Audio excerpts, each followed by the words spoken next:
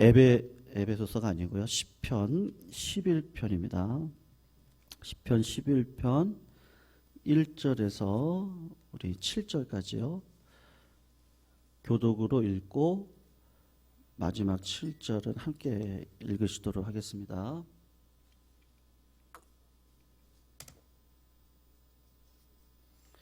시편 11편 1절에서 7절입니다.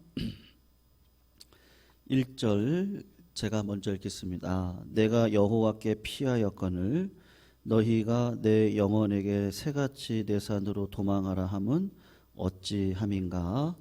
악인이 활을 당기고 화살을 시위에 먹이며 마음이 바른 자를 어두운 데서 쏘려 하는도다. 터가 무너지면 의인이 무엇을 하랴. 여호와께서는 그의 성전에 계시고 여호와의 보좌는 하늘에 있으며 그의 눈이 인생을 통촉하시고 그의 안목이 그들을 감찰하시도다. 여호와는 의인을 감찰하시고 악인과 폭력을 좋아하는 자를 마음에 미워하시도다. 악인에게 그물을 던지시리니 불과 유황과 태우는 바람이 그들의 잔에 소득이 되리로다. 같이 읽습니다. 여호와는 의로우사 의로운 일을 좋아하시나니 정직한 자는 그의 얼굴을 배우리이다. 아멘. 성도님들, 시편 11편의 말씀은요, 너무너무 어려운 형편에 빠진 다윗이 하나님께 올려드린 신앙의 고백입니다. 그래서 이 시편 11편에서 우리가 주목해서 보셔야 될 구절이 있거든요. 한번 3절을 보시면 이렇게 이야기를 해요. 터가 무너지면 의인이 무엇을 하랴, 이렇게 이야기를 합니다. 이 터가 무너진다는 말의 의미는요, 내 인생의 기반이 무너진다는 거 아니겠습니까? 예를 들면 병원에 가서 아주 중병이라는 사실이 밝혀졌을 때 그때만큼 내 인생의 터가 무너지는 것을 경험할 때가 아마 없을 겁니다. 또는 사랑하는 가족을 잃었을 때 그때 모든 것이 다 무너지는 것 같을 것이고, 아니면 내가 진행하던 사업이 망하거나 또 직장에서 퇴사를 하거나 생업을 이어가는 일을 더 이상 할 수 없을 때 그때 삶 자체가 무너지는 것 같을 겁니다. 뿐만 아니라 나라의 터가 무너지는 경우도 있습니다. 우리나라가 그런 경험이 있죠. 6.25를 통해서 전쟁이 났을 때 그때 의롭게 살려고 하는 사람들이 정말 터가 무너지는 것 같은 절망을 경험하게 되는 겁니다. 그런 절망에 대해서 오늘 다윗이 조금 더 구체적으로 표현을 하는데, 2절을 보시면 악한 자가 하나님의 말씀대로 살려고 하는 다윗에게 그 활을 당기어서 쏘려고 하는데, 그 활을 쏘려고 하는 자가 보이지가 않습니다. 보이면 차라리 도망이라도 갈 수 있겠는데 숨어서, 아주 은밀한 곳에 숨어서 활을 겨누어 다윗을 쏘려고 합니다. 그 말은 상상을 불허하는 두려움이 다윗의 마음 가운데 있다는 것이죠. 이제 그런 다윗이 그 터가 무너지는 일들을 계속해서 경험합니다. 성도님들, 만약에 이런 일들을 만나시면 우리 성도님들은 어떻게 하시겠어요?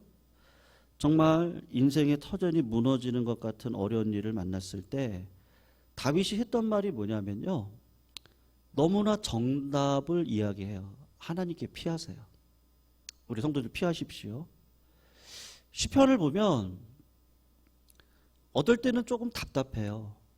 이 시편 말씀이 참 쉬운 것 같으면서도 어렵습니다. 근데 저는 올해 들어서 이 시편이 아주 새롭게 보이기 시작했어요. 네. 그리고 정답처럼 이야기하는데 그게 맞다라는 생각을 하게 되면서 이상하게 마음에 참 말할 수 없는 감화와 감동이 시편을 보면서 참 위로를 많이 받게 되었습니다. 다른 말로 이야기하면요, 여러분 시편을 한번 쭉 보세요. 다윗이요, 정답만 이야기합니다. 무슨 뭐 스토리가 있어서 기승전결이 있어가지고 야 재밌다. 그렇지 않고 시편은 늘 정답을 하나님께 피하세요. 여호와 하나님이 나의 반석이세요. 여호와 하나님이 나의 요새세요. 그렇게 이야기를 하고 있거든요.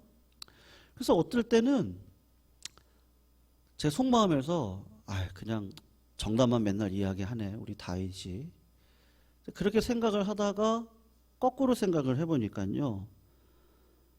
다윗이 어떻게 이렇게 한결같이 하나님이 믿어지고요. 다윗이 보면 그래요. 늘 한결같아요. 참 그 배우고 싶은 신앙이에요. 늘 하나님이 보여지고 하나님께 감사하고 하나님께 찬송하고 그리고 정말로 그렇게 믿어요.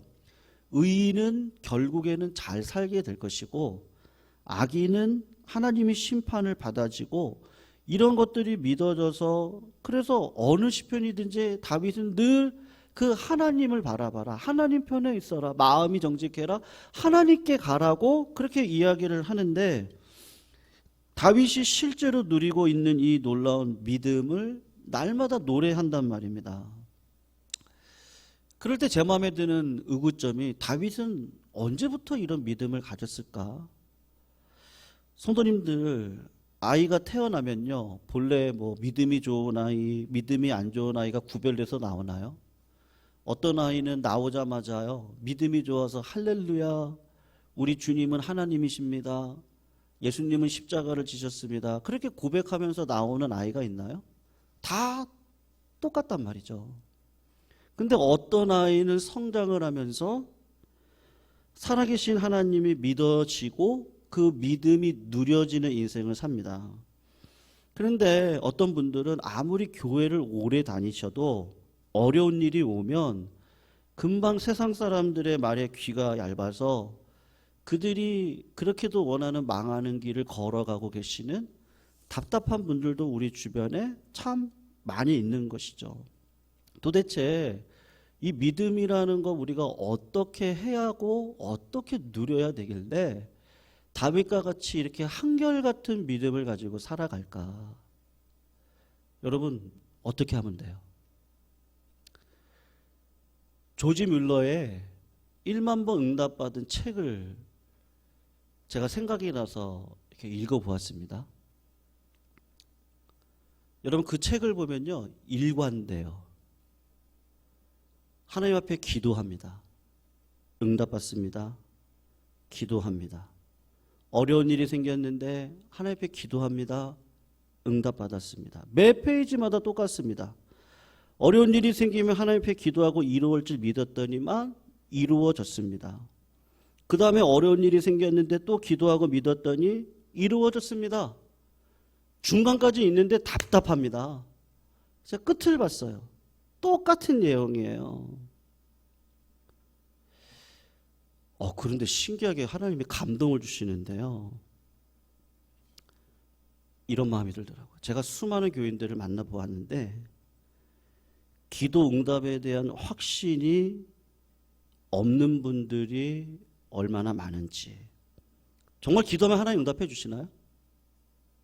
성도님들 믿으세요? 네? 네, 그러면 기도하러 나오시죠. 내가 기도하지 않고는 견딜 수가 없어요. 진짜 믿으면 하나님이 내 기도를 들어주시고 내 상황을 아시고 나의 어려운 것을 주님 앞에 고백하면 주님이 응답해 주세요. 조지 뮬러의 삶은요 한결같은 거예요. 한결같이 믿어지고 믿어진 대로 응답받고 받은 응답으로 다시 힘을 얻고 또 믿음을 누리는 인생을 걸어가는 거예요. 그래서 믿음이라는 게 뭘까? 아는 게 아니고 누리는 것이구나. 정말로 그렇습니다. 여러분 내가 잘 아는 길을 간다고 한번 생각을 해보십시오. 내가 너무 잘 알아요. 그 길을 내가 잘 알아요.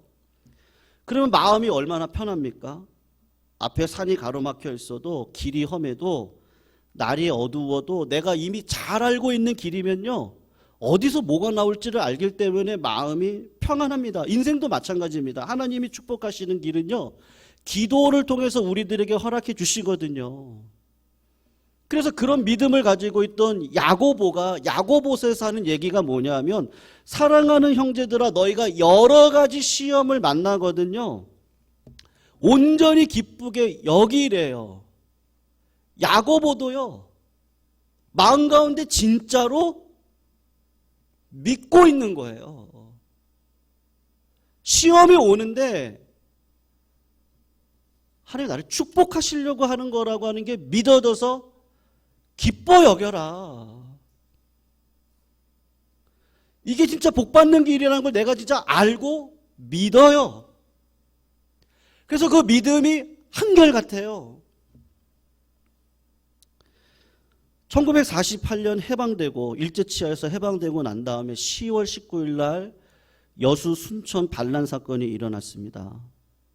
그때 청년들이 얼마나 요동을 했는지 모르는데요, 손양원 목사님의 아들 동인 동신군이 있었는데 빨리 피하라고 그랬는데요, 이 두 아들이 뭐라고 고백했는지 아십니까? 우리가 피할 데가 어디 있습니까? 두 아들의 고백입니다. 진짜 믿어지는 거죠. 믿은 거예요. 예수님 품밖에 없습니다. 그렇게 피하지 않고 교회를 지키다가 공산당한테 둘 다 죽임을 당합니다. 6.25 전쟁이 일어나고 손영원 목사님에게 선교사들을 다 피난시키려고 예항원 앞에 그 앞바다에 배를 정착시키고 손영원 목사님한테 빨리 피하라고 하셨어요. 그냥 피하면 됩니다. 그런데 그 아버지도 똑같은 고백을 했어요. 내가 어디로 피합니까? 내가 어디로 피합니까? 예수님 품밖에 없습니다. 하나님께서 나에게 맡겨주신 이 교회, 이 예항원, 하나님이 나에게 결혼을 시켜주셔서 짝져 주신 것인데 내가 고난이 있다고 피할 수 없잖아요. 그러니까 진짜로 믿은 거예요. 결과는 뭐죠? 죽으셨어요. 총살당해 죽으셨어요. 여러분, 근데 한번 생각해 보십시오. 그런 분들이 없었다면 한국교회가 이렇게 서 있을 수 있겠습니까? 사랑하는 성도님들, 마귀의 권세를 이길 수 있는 피밖에 없는 줄로 압니다. 우리 성도들 믿으시기를 주의 이름으로 축원합니다. 마귀 권세를 깨트리는 건요, 예수의 피입니다. 예수의 길을 걸어가는 자들의 피밖에 없습니다. 하나님은 그걸 원하시는데 진짜로 한결같이 믿음을 가지고 믿어져서 누리는 인생을 살아가는데, 얼마든지 도망갈 수 있는 길이지만 안 도망가고 하나님의 나라와 영광을 지키는 거예요. 여러분, 믿음은 하나님이 주시는 게 맞죠.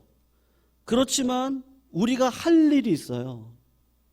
믿음을 하나님이 주실 때 우리가 날마다 이 일을 행하지 않으면 우리의 믿음은 지속적일 수 없습니다. 우리의 믿음은 한결같을 수 없습니다. 우리의 믿음은 늘 흔들릴 수밖에 없습니다. 단 한순간도 이 일을 하셔야 됩니다. 그게 비결이거든요. 그냥 엄청난 비법이 있는 게 아니에요. 공기와 같이 우리 생활 가운데 늘 있어야 되는 신앙의 원리고 법칙인데, 여러분, 오늘 시편 11편에서 몇 장만 더 넘기시면 시편 16편이 나와요. 성경을 보시면 좋겠는데요. 8절을 한번 찾아서 읽어보실까요? 한번 읽어봅니다. 다윗의 신앙의 진수가 담겨져 있는 시편은 전 주제가 이거라고 생각하거든요. 16장 8절인데 우리 같이 한번 읽어봅니다. 시작.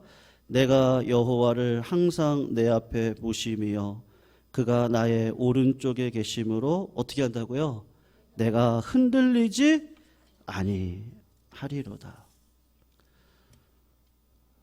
여러분, 신앙에 무슨 비결이 있는지 아십니까? 없어요. 다윗은 항상 이런 믿음으로 살았습니다. 여호와 하나님을 항상 내 앞에 모시고 그분이 나와 함께 계시다는 걸 분명히 믿고 그렇게 살았어요. 오늘 4절을 잠깐 보세요. 11편 4절을 보시면 다윗이 똑같은 고백을 다른 방식으로 해요. 뭐라 그러죠? 여호와께서는 그의 성전에 계시고. 다윗이 자기도 휘청거릴 만큼 그런 위기를 만났습니다. 그때 그가 했던 행위가 뭐죠? 하나님이 성전에 계시지. 그리고 성전으로 들어가서 기도했습니다. 하나님을 바라보았습니다.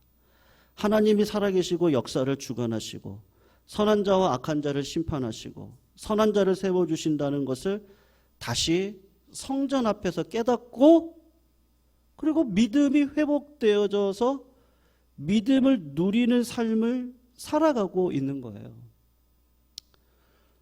사랑하는 성도님들, 하나님이 늘 우리와 함께 하십니다. 내 마음이 성전이고요, 내 몸이 성전이고 내 안에 성령님이 계십니다. 성령님이 계시다는 걸 인정하면 왜 두려워하세요? 왜 낙심하세요? 왜 불안해하세요? 하나님이 나와 함께 하시는데요. 안 믿어지니까 두려워하고요, 안 믿어지니까 불안하고요, 안 믿어지니까 떨리는 거예요. 믿음의 근원이 거기서부터 옵니다. 안 믿어지니까요, 기도 안 하는 겁니다. 안 믿어지니까 예배 영광이 뭔지 모릅니다. 안 믿어지니까 내 마음이 정직할 수가 없는 겁니다. 안 믿어지니까 하나님의 공의를 의지할 수 없고 오래 참을 수 없고 인내할 수 없는 겁니다. 근데 다윗은 진짜 믿었어요. 하나님이 나와 함께 하시는구나. 언제나 그런 시험을 저희들이 통과하면서 우리의 믿음의 근력을 성도님들 기르셔야 되거든요. 이민교회 한 목사님이 부흥회를 가셨다가 그 교회에 큰 은혜를 끼쳤습니다. 그리스도 안에서 어떻게 사랑을 베풀고 살아갈 것인지, 형제간의 우애를 어떻게 할 것인지, 그런 것들을 가지고 그 교회가 진짜 큰 은혜를 받았어요. 그리고 그 목사님께서 한국으로 돌아가시려고 하는데 교회가 어느 정도 규모가 있는 교회였거든요. 기사분이 그 목사님을 태워서 공항까지 가셔서 뭐 이래저래 수속을 받는데, 그리고 기사분이 잠깐 떠났다가 목사님의 짐을 가지고 계셨거든요. 잠깐 떠났다가 오기로 했는데 그 기사분이 오시지를 않는 거예요. 그래서 그 강사 목사님이 너무 황당해서 그 교회 설교했던 교회 목사님하고 사모님한테 연락을 해가지고 그 교회의 기사분이 내 짐을 가고 가셨는데 오시지를 않는다. 그러는 거예요. 교회가 큰 은혜가 있었거든요. 그런데 한번 마귀가 한번 흔드는 거죠. 여러분, 저도 청년 때 그런 경험이 좀 많이 있었는데요.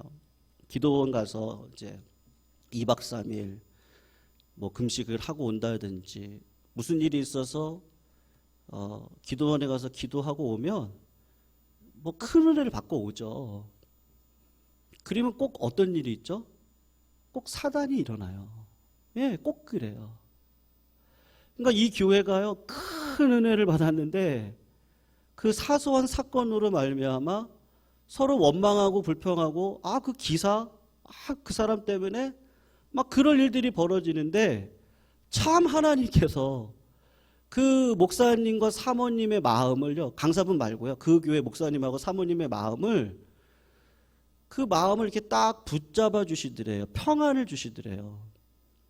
그래가지고 빨리 공항에 달려가서 목사님을 만나서 뭐 기사분 때문에 이렇게 됐는데요, 뭐 이런 얘기 하지 않고 그냥 2박 3일 동안 은혜 주신 내용에 대해서만 그냥 이야기를 나누고, 그리고 시간이 돼가지고요, 그냥 목사님 그냥 개인짐 조그만 거 하나만 갖고 한국으로 돌아가셨어요. 사실 속으로는 얼마나 마음이 불편하시겠어요, 그 교회 목사님하고 사모님께서. 그리고 돌아오는데 저녁 10시에 교회로 돌아왔답니다. 그러면서 내가 이 마음을 잘 잡아야지. 그런데 신기하게 하나님이 마음을 잘 잡아주시더래요. 그러다가 한 10시 반 11시쯤 돼서 그 기사분이 돌아왔는데, 사실 이 기사분이요, 정신이 온전하신 분이 아닙니다. 근데 교회가 그분을 세상에서 돈벌이를 못 하시니까 교회가 서로 짐을 진 거예요. 하나님 앞에 너무 큰 복이죠. 그리고 잘 가르쳐서 운전을 할 수 있도록 한 거예요.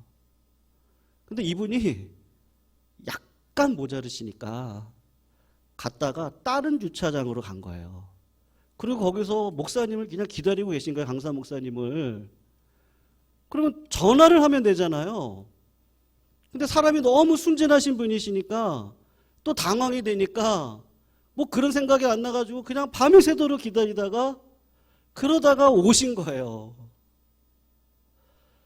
얼마나 화딱지가 나겠어요, 목사님하고 사모님이. 근데 신기하게도 그 과정, 오전부터 저녁까지 그 과정을 잘 견디고 마음을 잘 잡고요. 잘 잡고 견뎠더니 하나님께서 그 기사분의 마음이 어떤지를 그 사모님에게 부어주시는데 그 기사분의 마음이 어떤지를 너무 잘 알겠더래요. 그래서 야, 이 화상아, 야, 임마. 응? 그렇게 하면 어떻게, 이게 아니고 그분의 마음이 너무 알아져가지고 그분을 껴안고 잘했다, 그냥. 잘했어. 그분이 얼마나 당황했을지. 그분이 그래도 신실함을 가지고 저녁까지 기다렸다는 거. 그 모든 것들이 하나님의 관점에서 다 보이더래요. 통과한 거죠. 그 교회가 큰 은혜가 임했는데요. 여러분, 은혜는요, 내가 담을 수 있는 그릇이 돼야 되잖아요. 은혜를 잘못 담으면 어떻게 되죠? 그 은혜가 죄악으로 가잖아요. 축복된 길로 안 갑니다. 기도해서 얻었는데요, 얻은 걸 가지고 하나님 나라 위에 쓰지 않으면요, 저주의 길로 가게 되어져 있습니다. 하나님이 참 감사하게도 그 교회를 더 크게 해주신 거예요. 어떻게 해요? 여호와를 항상 내 앞에 모심이요, 그 하나님이 내 우편에 계시도다. 하나님, 이게 무슨 뜻이죠? 용서하고 사랑하라고 하는 말씀으로 우리가 큰 은혜를 받았는데 우리 마음이 흔들리면 안 되겠네요. 그래서 오전부터 밤늦게까지 그걸 잘 견뎠는데 하나님이 성령을 부어주셔서 그분의 마음을 딱 알 수 있도록, 그리고 사랑으로 보듬고 그냥 그 물건이 이렇게 붙여드리면 나중에 되면 되는 거니까 교회가 오히려 더 든든히 세워져 갔다고 하더라고요. 여러분, 우리가 은혜는 받을 수 있습니다. 근데 뭐는 어려워요? 믿음으로 사는 건 어려워요. 믿음으로 사는 일은 못 밖에 없어요. 성도님들, 실전으로 내려오셔서 삶을 살아가다 보면 하나님이 능력도 은사도 모든 것들을 다 주시거든요. 우리에게 그런 믿음이 필요합니다. 그래서 여호와를 어떻게 해요? 내 앞에 모시며 그 하나님이 내 오른편에 계십니다. 믿어지세요? 네. 그러시면 기도하시면 됩니다. 그러시면 성도님들 낙심하지 마십시오. 그러시면 하나님을 바라보십시오. 그리고 하나님이 내 안에, 내가 하나님 안에, 그게 무슨 말이죠? 말씀대로 살아가는 실제적인 삶 속에서 하나님이 부어주시는 그 은혜의 능력이요. 네. 인생의 터가 아무리 무너진다 할지라도 의인이 무엇을 하겠습니까? 여호와께 피하시기를 주님의 이름으로 축원합니다. 네, 하나님이 성도님들의 삶을 이끌어 주실 줄로 믿습니다. 우리의 삶, 실제죠. 네, 그냥 사실이잖아요. 그냥 우리의 삶이 진실입니다. 내가 하는 말이 나예요. 내가 하고 있는 행위가 나예요. 열매를 보면 알지 않겠습니까? 다 알 수 있어요. 기도하고 응답받는 걸 아는 자가 기도합니다. 오늘도 그런 믿음 안에 터가 무너지는 일들이 순간순간 일어납니다. 그럴 때마다 시편 11편을 기억하시면서요. 여호와께 피하는 너무나 당연한 답인데 참 이게 내 삶의 능력으로 다가오실 수 있는 믿음의 자리에 우리 모든 성도님들이 서시기를 부탁드리겠습니다. 우리